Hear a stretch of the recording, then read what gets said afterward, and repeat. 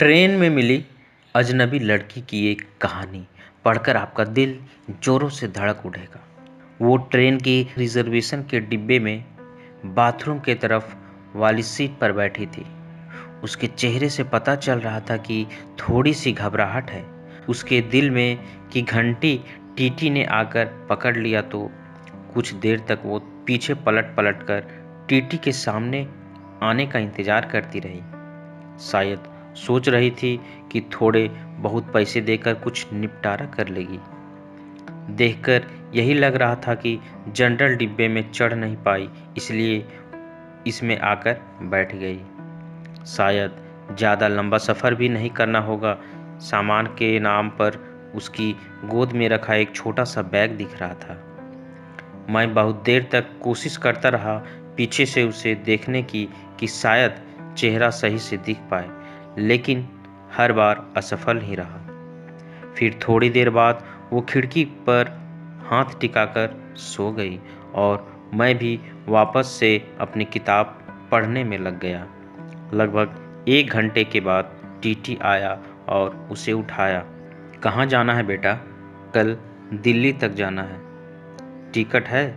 नहीं uncle, general का है, लेकिन वहाँ चढ़ नहीं पाई, इसलिए इसमें बैठ गई। अच्छा, 300 रुपये की पेनल्टी बनेगी। ओह अंकल, मेरे पास तो लेकिन सिर्फ 100 रुपये ही है। ये तो गलत बात है बेटा, पेनल्टी तो भरनी ही पड़ेगी। सॉरी अंकल, मैं अगले स्टेशन पर जनरल डिब्बे में चली जाऊंगी। मेरे पास सच में पैसे नहीं हैं। कुछ परेशानी आ गई, इसलिए जल्दबाजी में घर से निकल आई और ज़्यादा पैसे रखना भूल गई। बोलते बोलते वो लड़की रोने लगी। टीटी ने उसे माफ़ कर किया और 100 रुपये में उसे दिल्ली तक उस डिब्बे में बैठने की परमिशन दे दी। टीटी के जाते ही उसने अपने आंसू पोंछे और इधर उधर देखा कि कहीं कोई उसकी ओर देखकर हंस तो नहीं रहा। थोड़ी देर बाद उसने किसी को फ़ोन लगाया और कहा कि उसके पास बिल्कुल भी पैसे नहीं बचे हैं। दिल्ली स्टेशन पर कोई जुगाड़ करा के उसके लिए पैसे भिजवा दे, वरना वो समय पर गांव नहीं पहुंच पाएगी। मेरे मन में उथल पुथल हो रही थी। न जाने क्यों उसकी मासूमियत देखकर उसकी तरफ खिंचाव सा महसूस कर रहा था। दिल कर रहा था कि वो उसे पैसे दे दूं और कहूं कि तुम परेशान मत हो और रो मत, लेकिन एक अजनबी के लिए इस तरह की बात सोचना थोड़ा अजीब था। उसकी शक्ल से लग रहा था कि उसने कुछ खाया पिया नहीं था, शायद सुबह से, और अब तो उसके पास पैसे भी नहीं थे। बहुत देर तक उसे इस परेशानी में देखने के बाद मैं कुछ उपाय निकालने सोचने लगा, ताकि मैं उसकी मदद कर सकूं और फ्लर्ट भी ना कहलाऊं। फिर मैंने एक पेपर पर नोट लिखा। बहुत देर से तुम्हें परेशान होते हुए देख रहा हूँ। जानता हूँ कि एक अजनबी हम उम्र लड़के का इस तरह तुम्हें नोट भेजना अजीब ही होगा और शायद तुम्हारी नज़र में गलत भी, लेकिन तुम्हें इस तरह परेशान देखकर मुझे बेचैनी हो रही है, इसलिए यह 500 रुपये दे रहा हूँ। तुम्हें कोई एहसान ना लगे, इसलिए मेरा पता भी लिख रहा हूँ। जब तुम्हें सही लगे मेरे पते पर पैसे वापस भेज सकती हो। वैसे मैं नहीं चाहूँगा कि तुम पैसे वापस करो। मैंने एक चाय वाले के हाथों उसे वो नोट देने को कहा और चाय वालों को मना किया कि उसे ना बताए कि वो नोट मैंने उसे भेजा है। नोट मिलते ही उसने 2-3 बार पीछे पलटकर देखा कि कोई उसकी तरफ देखता हुआ नजर आए तो उसे पता लग जाएगा कि किसने भेजा। लेकिन मैं तो नोट भेजने के बाद ही मुंह पर चादर डालकर लेट गया था। थोड़ी देर बाद चादर का कोना हटाकर देखा तो उसके चेहरे पर मुस्कुराहट महसूस की।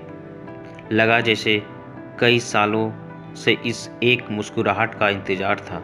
उसकी आंखों की चमक ने मेरा दिल उसके हाथों में जाकर थमा दिया। फिर चादर का कोना हटा हटाकर हाथ थोड़ी देर में उसे देखकर जैसे सांस ले रहा था मैं। पता ही नहीं चला कब आंख लग गई।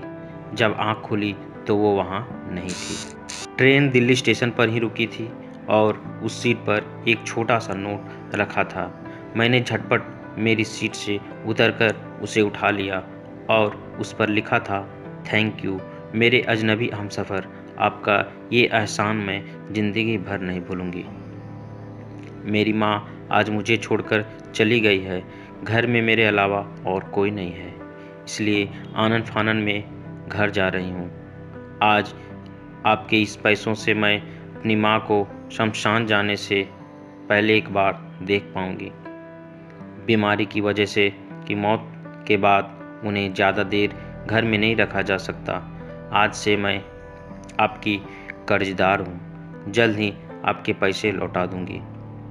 उस दिन से उसकी वो आंखें और वो मुस्कुराहट जैसे मेरे जीने की वजह बन गए थे।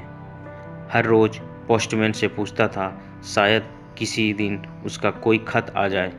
आज 1 साल बाद खत मिला। आपका कर्ज अदा करना चाहती हूँ, लेकिन खत के जरिए नहीं, आपसे मिलकर नीचे मिलने की जगह का पता लिखा था और आखिर में लिखा था, तुम्हारी अजनबी हमसफ़र।